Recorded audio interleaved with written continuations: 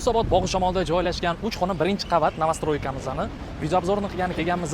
Joylashgan joylarini tushuntiradigan bo'lsam, Botanika bog'iga qarab chiqib ketadigan yo'limiz Zapad Botanika bog'i, katta chorraha, pastga O'skabelga tushib ketiladi. Bu tomonga ketsanglar Toshturma, eski Toshturmaga borasizlar. Xo'sh, domimizning o'zini ko'rinishi g'ishli dom, 3 ta jiloy qavat va bitta pastda do'konlarga ega novostroyka. Qolganini har doimgidek ichkaridan ko'rsatib tushuntirib ketaman, ketdik.